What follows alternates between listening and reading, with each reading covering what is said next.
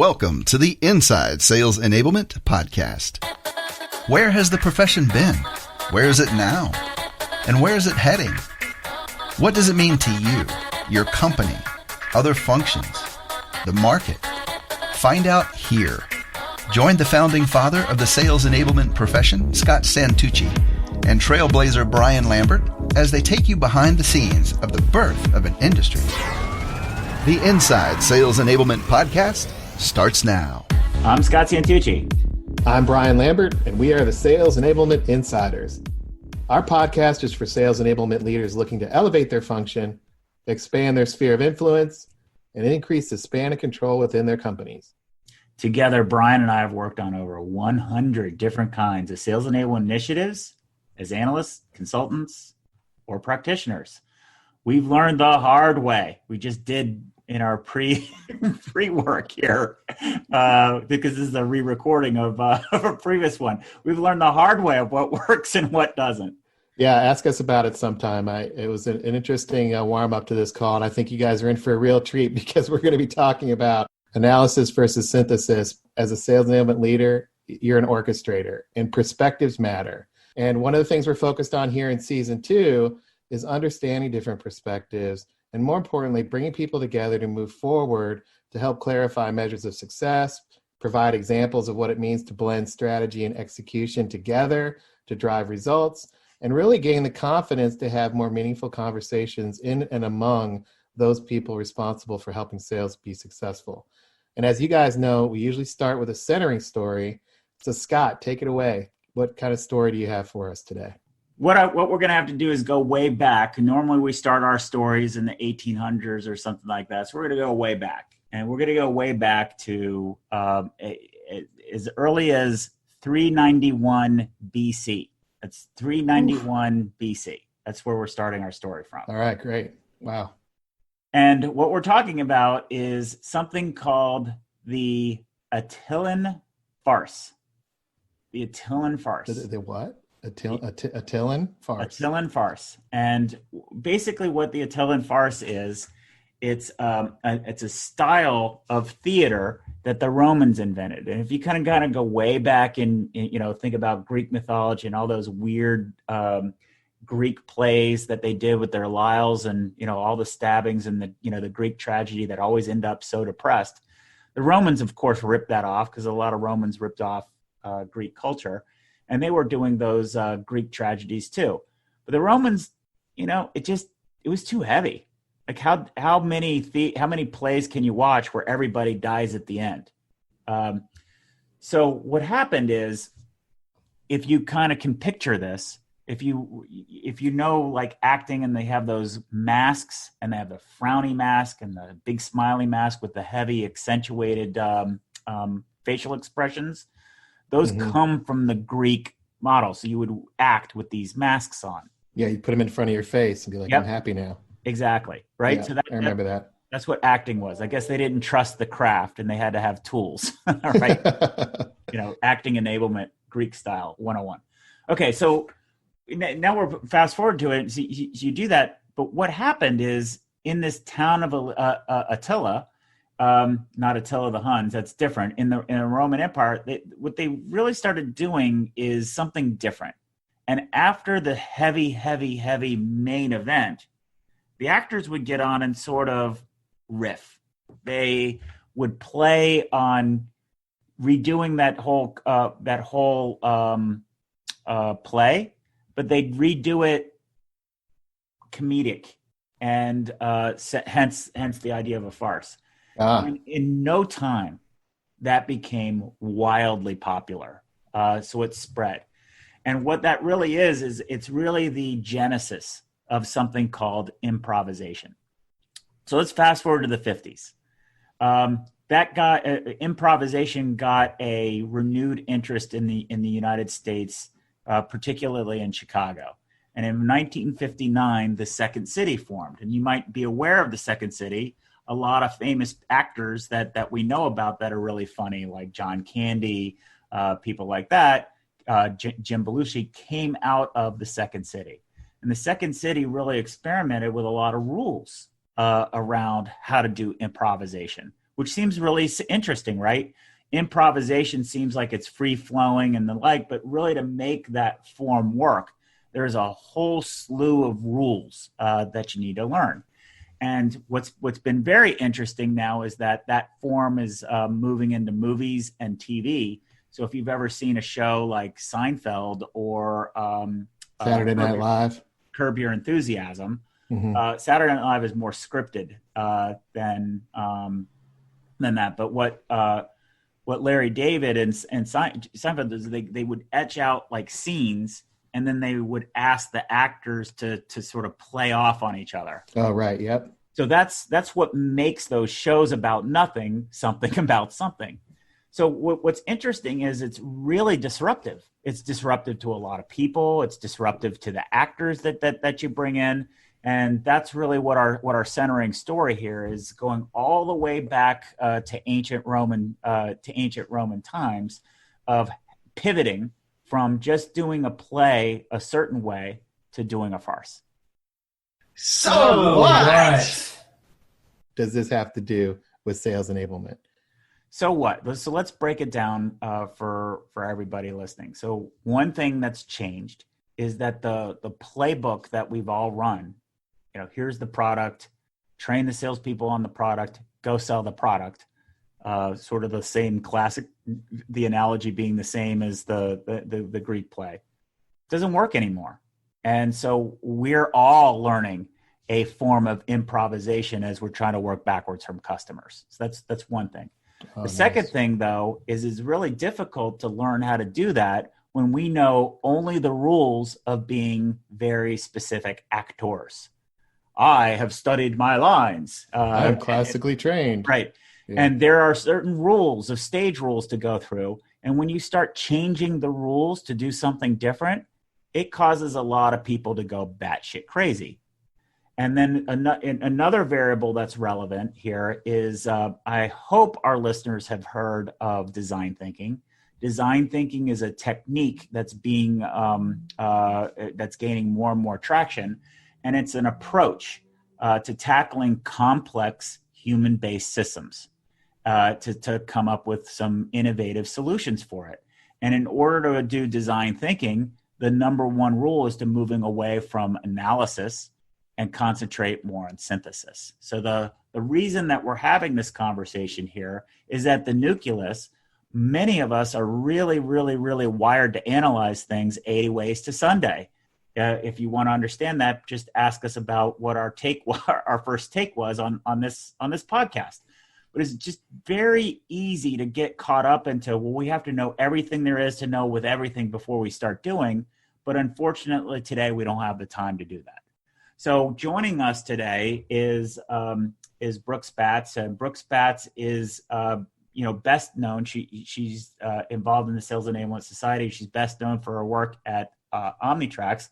Brooke and I have worked a lot in implementing the Rouse to Value program at Omnitrax. So we have a lot of sweat equity, don't we, Brooke, about how it is to introduce something new that may sound simple, but sometimes simple isn't easy. So, Brooke, would you want to introduce yourself to Insider Nation?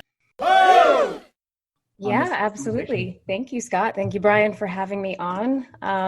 We're talking about one of the topics that are near and dear to my heart. And in addition to Scott's intro, just to add a little color, I've been in the sales enablement space for about, 20 years or so now, in some capacity of sales, marketing, product marketing roles, but always leaning toward more of an enablement focus. And one of the biggest things to me, and what I'm really, really passionate about, are the we've been talking a lot on about these words.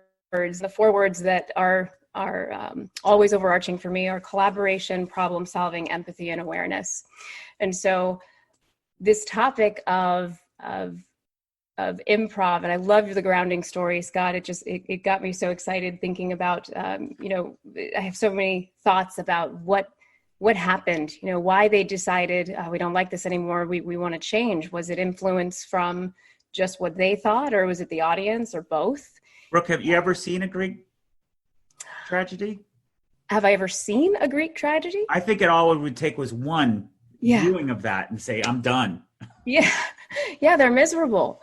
And the masks, we see that iconic image of the two masks together, I think for your listeners, the comedy and drama, and the antithesis between the two, if you will. I mean, they're so opposite. And that spawned somewhere. And I actually did not know the full story like you just told it. I find it so interesting that what they were doing was taking what they had just done and almost replaying it in a different way. And we love doing that, don't we, Scott? Through these engagements we've worked on together, we love it. So you're an actress too. You have an acting background. I do have an acting background, yes. And how has that helped you in sales enablement? Practice, but it certainly doesn't leave you, right? It's all the world's a stage, if you will. Well, here's what we did. So Brian asked you, how's that help you in sales enablement? I'm going to ask everybody to go search her on IMDb. Uh-oh. And then go find that video because it is hysterical. I wasn't going to do that, but Scott did. Yeah, did you? If you want, I can speak to that for another moment. As far as where I think it really translates in. Yeah, absolutely. I'd love to hear that. Years for me, and in the roles that I've held, I listed those words. Especially empathy and awareness, and with some of the formal and just experiential training I had in acting, and from a very young age, it. Very quickly you realize the need to have empathy that is putting yourself in your audience shoes and knowing your audience, and also being able to almost see yourself and through someone else's eyes while you're doing all these other things. So it definitely helped with the L&D background that I have with training. I love being up in front of folks and getting, facilitating, et cetera. But you could do that and not be really effective with it because you're not necessarily engaging the audience. And so, that training helped me tremendously with the empathy aspect and knowing and being able to walk in someone else's shoes very, very quickly. And, I continue to apply a lot of those concepts with everything that we do today. Always trying to empathize with clients, always, when we're in workshops, trying to develop things, trying to have empathy, both for really everyone involved. And I just think acting helps with that. Yeah, absolutely. That's a great story. And it really relates to our centering story. So that's awesome. And we'll keep bringing it back, figuring out if we have a Greek tragedy or not. I'm trying to get that out of my head right now. But this is great. So the reason why you're on this call with us, this podcast, Brooke, is we've been talking about analysis and synthesis for a while, but also the recent episode that we had with Doug Clower, which was episode 45, the modern day Marco Polo, where Scott was Marco Polo. And you'd reached out to me, and I just would love to have our listeners hear from you what struck you about that episode, and perhaps how it relates a little bit to analysis versus synthesis or improv. Gosh, yeah. So I reached out to you almost immediately after I listened to that particular podcast, and there were several things that stood out to me. Of course, if you listen to it again, I forget exactly where the timestamp was, but the topic of walking in another's shoes was brought up by Doug and Scott and yourself. And, throughout that podcast, you started talking about, some ideas toward the end, and Doug told the story about having, I believe it was either a CFO or somebody in the financial type role in the company he was with at the time, to put together a presentation about how the company made money. And that just hit me so hard. I thought it was just awesome, because we think so much about the things that, kind of at this top level of what we have to roll out and how we check that box. And a lot of times we forget that there's a fundamental baseline of knowledge that, as simple as it may seem, we may be missing translating that or communicating that to the audience. And I just thought that was so neat. And one of the other things that really stood out to me was the point made about the merging of two things, which is strategy and tactics. And that sounds cool. Sounds like something you should be able to do. Yeah, we should do that. But the actual execution of trying to do that is a completely different story. And so I found myself asking, wow, that's a really cool idea. How do we do that? How do you do that effectively? And of course, with everything that we're circling around today between synthesis and analysis, it all links together, right? I mean, in order to sort of marry those two concepts of strategy and tactics, what do you guys call it? Stratacution? Stratacution. Yeah. That's right. Yeah. There has to be a blend of these types of thinking and approaching problem solving. Yeah, that's great. And that episode with Doug and what you're bringing up here, I'm gonna kind of play off of. I'm gonna do some improv and play off of you with where you're going here. The interesting thing about where that discussion came from was the Venn diagram that Scott has shown in his one of his webinars in the state of sales enablement. And the overlapping Venn diagram was with a circle of strategy and the circle of tactics, and where those overlapped was stratacution, as you just mentioned. That creates a space in between or an overlapping space. And the more I've worked in sales enablement, I realize that those two circles are very, very overlapped, not just a little bit overlapped, but overlapped a lot. And the more successful enablement professionals that understand that, we call them orchestrators, and that's who's listening to our show. They operate in that space. And one of the things here that I'm building off of is the concept of improv, the concept of creating space for the farce to happen in the first place, to try something new, the idea of creating space when you walk in somebody else's shoes, the idea of creating space to understand both strategy and tactics, right? That idea of space is something that I think Doug resonated with, that I resonate with, and I would just love to hear what your take is with regard to being creative or improvising and the concept of space. What do you think about that? Yeah, I think one of the most challenging, or one of the things we sort of have to ask ourselves when we think about that space as you're describing it is, am I comfortable or uncomfortable in a place of almost ambiguity, if you will? If I don't know what the end picture looks like, am I comfortable? And if I'm not, how can I get comfortable?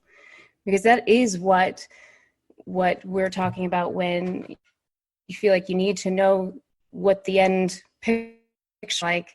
You tend to block the creativity that can come out of this, we're saying improv right now, or the design thinking aspect of, creatively solving problems and working together to do that.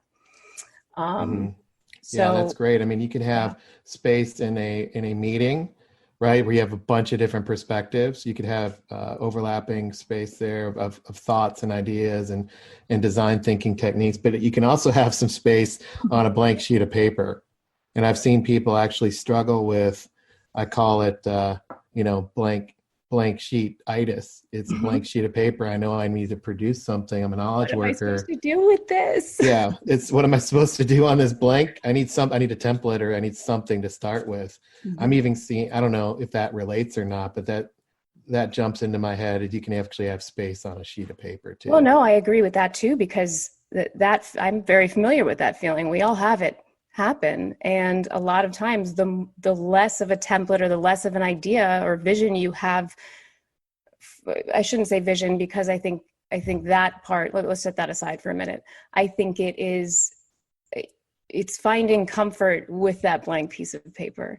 And instead of panicking about, well, I don't know what I'm supposed to do here, because what we tend to do is worry about getting things wrong, and I know Scott is really passionate about this, because he's yelled at me a couple of times in a nice way. Just do it. He's been in intense. A very nice way, but don't worry about it. Just do it. You're not going to get it wrong. It's like, yeah, but exactly what is it that you want? We all fall into that, and rising above that fear, if you will, and feeling really confident within that space is a goal that I think is really worth focusing on in order to be an orchestrator. Yeah, and I think the role that Scott plays as a catalyst in that is critical, and I've been on the receiving end of that, and I actually appreciate it. The next day or even the next minute, because so sometimes that's what you need. You're looking at the blank sheet, and you just need to start typing, or you need to engage in interesting. discussion. It's not so much in the moment though, and I think that's what I want to give some clarity here for is to do something big, you have to be able to do something small. And some of it has to check your own biases. And it's one of those things where you can go and tackle something really, really huge. Like, Brooke and I worked on a major transformation project at our company. And it starts out, you got to do some really tiny things that are very, very uncomfortable. And most people are unwilling to do those uncomfortable things. So if you're not going to do it, no one else is going to do it. So that's really what I love about this idea about synthesis versus analysis. What do we know for sure? We know for sure with everything that we've learned in business is to analyze things 80 ways to Sunday. I want to report. I want to look at the data. But what we know for sure is things get connected by people and through making the space work. And there's no one person who can look at a set of data and say, here's the answer, because you're going to interpret it differently. So part of what was interesting about this exercise for our listeners, I challenged Brooke and Brian. Brian loves analysis. I love synthesis. So part of it is we've got a little bit of an oddball couple going on. I said, here's what would be awesome. What if we were to work with Brooke? Let's get you guys to work together on the difference between analysis and synthesis, but really let's understand why this is such a big deal. It's such a big deal because we don't even have the vocabulary to do all of the things that we need to do all the dot connecting to make things work. And if we're going to be orchestrators, we've got to learn some new rules. And then we have to introduce new rules to people, because as we try to infect other people with our positivity and our awesomeness, they got to have the right rules. Yeah. And if they don't know the rules to engage, they're going to go back to the old rules, and we've got a Greek tragedy on our hands instead of a fun farce. Yeah, and I've seen that at a very human level as we look at people engaging in something new, transformation or rollout or just a pilot even. And let's keep it simple for our listeners. We've got this concept of space. We're in the space. We're probably in the space a little bit now, and you guys are like, get to the point or whatever. And we're creating the space on purpose in this podcast. And we're gonna say, look, there's primarily two reactions to that space that we see. On one hand, you've got the folks that say, I already know what to do in that space. I'm going to get at it. I'm going to engage. I've seen it before. I'm going to look for cause and effect. I'm going to look at the past, and I'm going to project the future, and I'm going to take action. I'm going to do. And so we're going to call that the analysis side. And I'm not trying to sell that short. I'm just trying to keep us moving in and say there's a response that you can take to say, I'm going to analyze. There's another one that's around, okay, I'm in the space. What's possible here? What can I do? What's needed for the organization? What's available? How do we get creative? And how do we get multiple perspectives in here to bring things together, to innovate or to create something new? Instead of saying, I already know what to do, it's, I wonder what we can do, and it's what's possible. And that's the other side, which is synthesis. So we're going to frame out and breathe some life into these concepts of analysis and synthesis today. And then you get to decide really about what your take is on that. Certainly we're going to have a point of view on it. And let's talk that through. But, Brooke, what's your reaction to kind of those two buckets of a response to space? What do you think? Well, I think that if we relate it back to sales enablement and where we are today and what a lot of us experience, we've probably all been in situations where we are being asked to do a million different things, and we're trying to move fast, and we're trying to deliver deliverables, and getting finding the space in between execution and strategy can be very difficult if you're not purposeful about it. And Scott, you were spot on when you said, the rules and process. I find it really fascinating that Improv analogy is perfect, because why do we love improv? I mean, most of us do. We love watching actors just kind of think on their feet and deliver something awesome. What we don't always realize is behind the scenes, there is a process and there are rules of engagement. Yes. And the more successful deliveries you see, the best ones, the most epic, I could think of 3 or 4 examples. Like what? Like what are some of the unwritten rules that I wouldn't know about, for example? Just think, the rules. Yeah. A big one is Scott, you were mentioning it, adding new information, focusing on, and when we compare the analysis mindset, which is looking at the past and the things that, this is what we've done, this is how it's always worked, versus, the synthesis of creating something new, of bringing those parts together and creating something new, that's looking to the future. And that can feel like it's slowing things down, which is a lot of, but it's so incredibly necessary. And in the end, it speeds things up, and the end result is so much better. Yeah. So, things like adding new information, not blocking. You never want to block another. If you and I, Brian, are improving, which we basically are doing right now, you don't want to block the other person's thought process or their flow. And we talked about this one off the podcast for a few minutes, but the idea of asking questions during an improv is actually frowned upon because it can break the flow as well. Instead, you want to try to be present in the moment and be focusing on specifics and adding more details and bringing things in to add color. Exactly, like I'm going to do right now.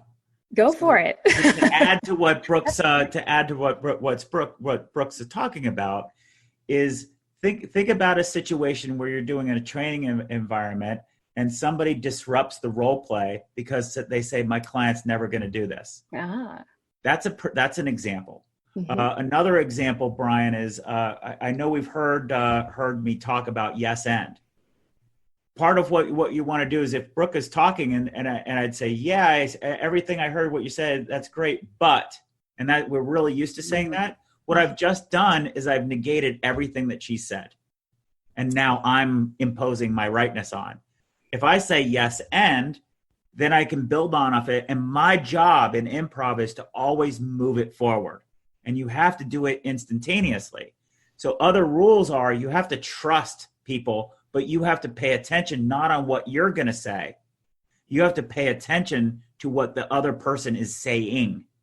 So you have to really listen very, very carefully. So you have to develop completely different listening skills. And my job is to make Brooke look better by my ad, not me. And if you're going to take the ball, your job is to build on what I said, and so on and so forth. That's how you get that positive energy and positive momentum. But you can see in that chain how easy it is for somebody to break it. Yes. And there you go. See, exactly. Just there. in a business setting, we've practiced recently. I've been practicing the yes and so much more because we talk about it so much, and you're great at it, Scott. And it's just one little addition. It makes a profound impact on really communication.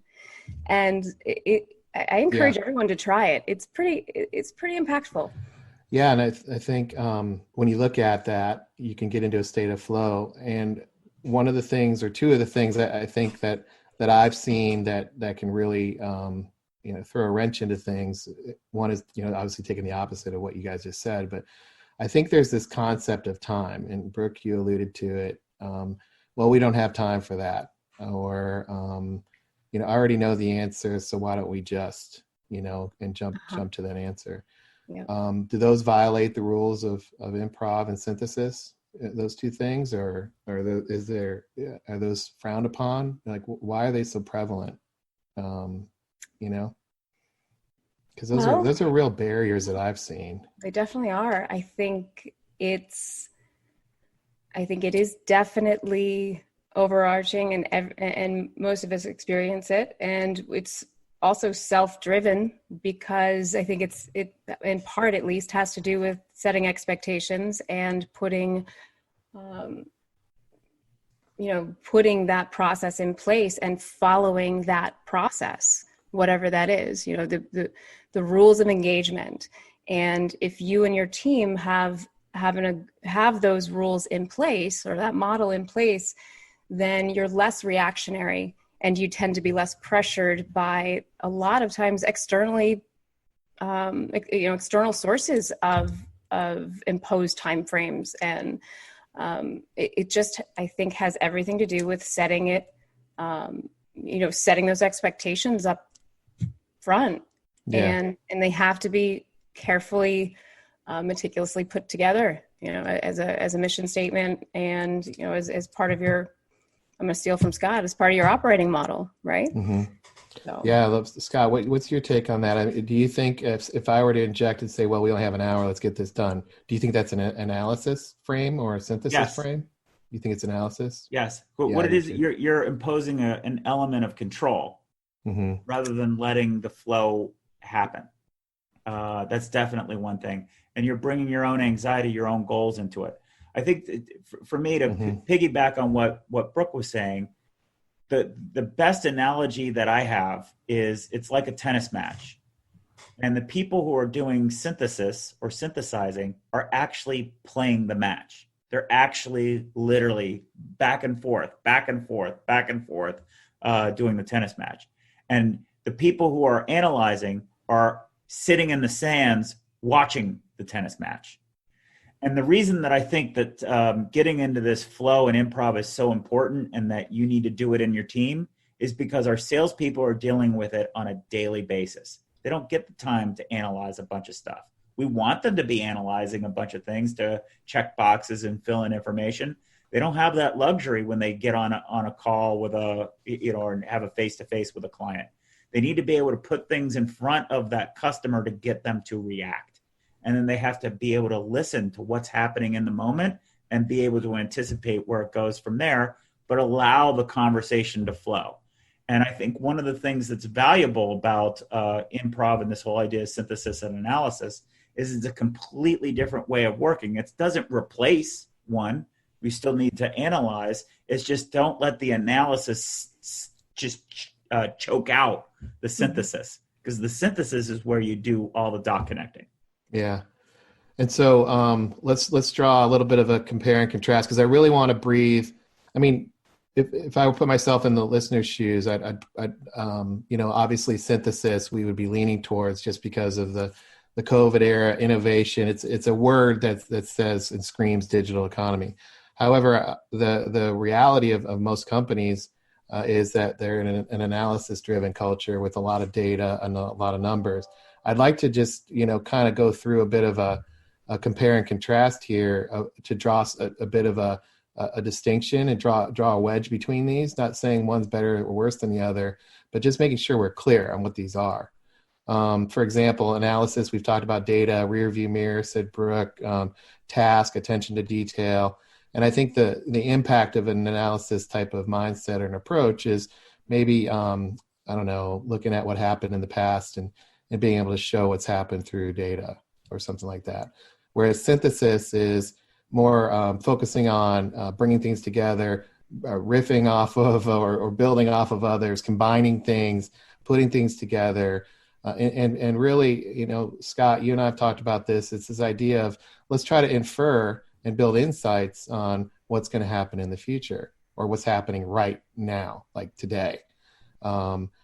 So what's you guys' reaction to those types of criteria, if you will? And do you want to add anything else to those to help our listeners understand that there is a difference between the two? I'll take that for a minute. I think that I think it's really important to first ground it in both are necessary, and that we're not saying that one is better than the other. I think both analysis and synthesis are necessary to get to that outcome, whatever it is. And that being said, it's the balance between them, and understanding the lists you just gave were great, Brian, because what we want to first do is be aware of those those indicators, if you will, of where we are and how we're processing things and how we are thinking. so I think one of the most fun examples to me of a great combination between synthesis and analysis is the Food Network show Chopped. And I think a lot of your listeners, most people are familiar with it. But if you think about that, the process that those contestants go through, and from the opening of the basket to the figuring out what they're going to cook, and when they figure out what that end thing they're trying to put together, what it's going to look like, the most successful contestants, and usually the ones who win, are a great example of the perfect blend between synthesis and analysis, because they're able to analyze the ingredients they have in front of them and apply past knowledge to what they are and what they can do, and then have the synthesizing capability to very quickly on their feet come up with an innovative solution to blend those many, many times very disparate ingredients that make no sense together on paper into something awesome. Yeah, I love that. And I think you can do that in a moment in time. And I've also seen synthesis over a long period of time, hundreds, if not thousands of little touch points over time, yielding something different because people paid attention and they understand what's happening at a micro scale. And then they're able to infer what to do in the macro. Scott, I don't know what your thoughts are on this, but I'd love to hear from you as well on, especially on Brooke's comments of both are required, and your take on it in that regard. So I want to address it. I want to make 2 points. So point number one is, as a listener, synthesis is a concept that's going to seem very vague. And what you're probably going to do is you're going to apply the lens that which is to analyze it. And that makes it even further reachable from you the harder you try to analyze it. So I think the first thing to think about is they're just two different levers. And I'm going to be sciencey.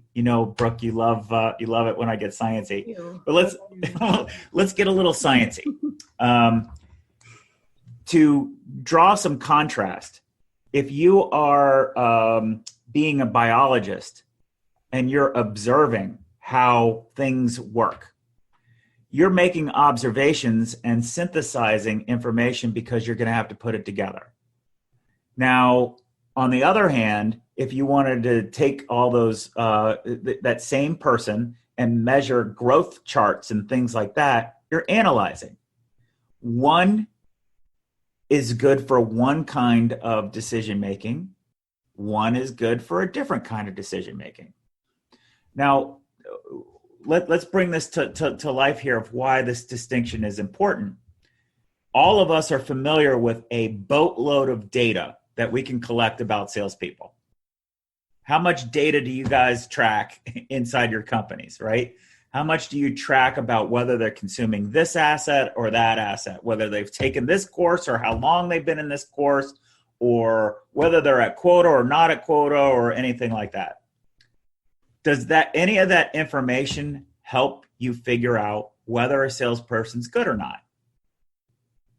All it does is it's measuring things. And I'm not saying that you shouldn't do it, but what you can find out is whether or not a salesperson has the ability to connect the dots with lots of information and put it into a way that's understandable for a customer.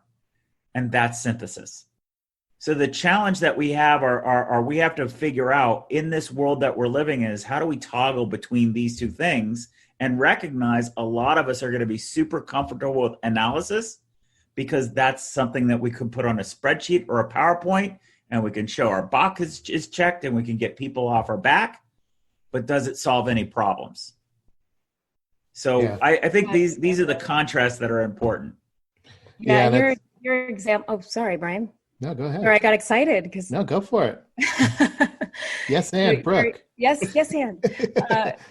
Scott, you're absolutely so spot on with that example, because that is exactly what we do. Is we have two sides of the coin to look at. We have all this data, and all these numbers, and can we really glean the information that we need in order to help those people, those sellers, to become better versions of themselves and what they want to be and be more successful, et cetera, et cetera. And I tend to be in that particular example, and over the years, I have always leaned more toward the synthesis side of that, because I have found that just, simply observing a live, conversation and riding the field, or, nowadays being, hopping on a call and being there as a fly on the wall, even in the right context, that I'm here to not to judge you by any stretch. I'm here to just observe, to see what our clients are, what you're going through, sales rep, and what our clients are talking about, and to help be a connector between that information that's being shared as much as possible. And every time, for me, in my experience, it has been so much more effective to look at it through that lens, in order to execute the kinds of things later on down the road that we try to. Yeah. Enablers, right? Yeah, and this is a great point. And what it brings to mind is, I just kind of did a little bit. Let me dump this out and see what you guys think. So Scott, you're talking about the data level, right? And synthesizing there to infer. We're hearing a lot about collaboration, diversity, et cetera. You can synthesize at the people level around projects and initiatives. So bringing different perspectives together. As orchestrators, we're going to have to do that. So this idea of finding patterns or communicating among people, et cetera, is going to require some synthesis activities or mindset or approaches, especially, for example, this improv analogy. And then we've got the department synthesis. So the commercial ratio, Scott, that you've been talking about at commercialratio.com, you guys can check that out. But that's a roll up, if you will, or a synthesis of the commercial engine. And if you think about all of the moving parts of that in sales and marketing, that's a measure of those things coming together. I'll even go so far as to say the company synthesis through merger acquisition and what that could look like. And then where I wanted to go was with this buildup is at a profession level. A story that I would like to share is I read a book by Franz Johansson from Harvard, and he actually has a book called The Medici Effect. And one of our podcasts, Scott, we had a cultural synthesis with the Renaissance and Marco Polo in episode 45 that Brooke was talking about. So that's a cultural synthesis at the crossroads there in Italy. But one of those things that was interesting was there was a guy who studied bugs, an entomologist, and he understood how termites in the desert kept their termite mound cool. And for some reason, he geeked out on that, got a degree in that, and he loved it. But then he switched to engineering. And there was a bid that came out from one of the governments, and they wanted to build a office building in the desert.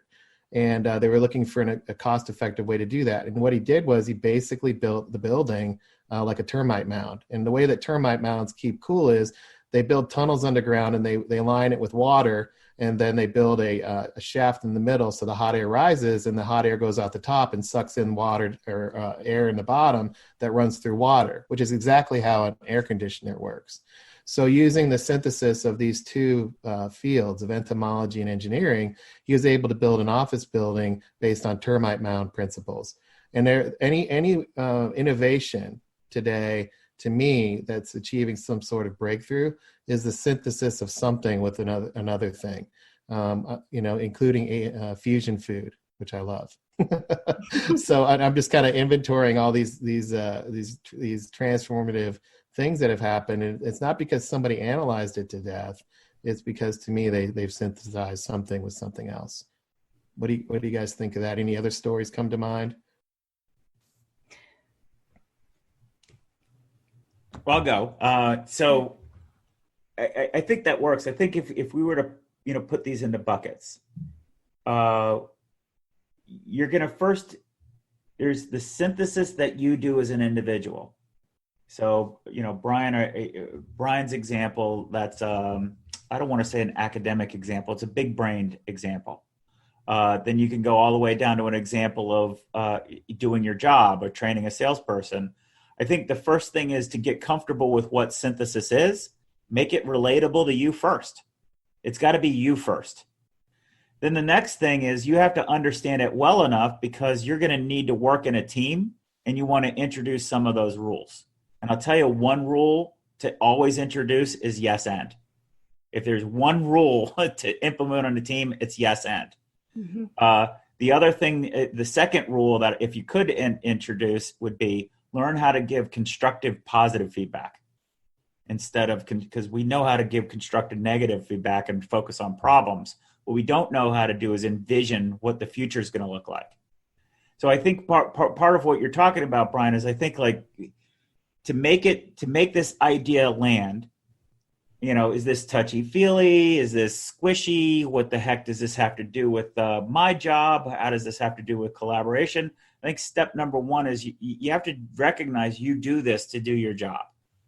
Because no one in sales enablement that still has a job isn't synthesizing. But you got to recognize when you're synthesizing and when you're analyzing. Because it's so easy to get caught up around the axle and try to apply analysis to work that requires synthesis and vice versa. You get zero stuff done. So I think the first step is you got to make it relatable to yourself. Then you have to figure out specific applications of it. Then you have to really stress yourself on how do you talk about it with other people, because you can't, it's just almost impossible to synthesize by yourself. So I'm going to throw that. I'm throwing the proverbial wand, the hot potato to Brooke. Yeah. Brooke, you get the last word, and then I'll wrap us up here because this has been a great conversation, but don't want to overrun the Sure. synthesis brains of our listeners. I think it was well said, Scott.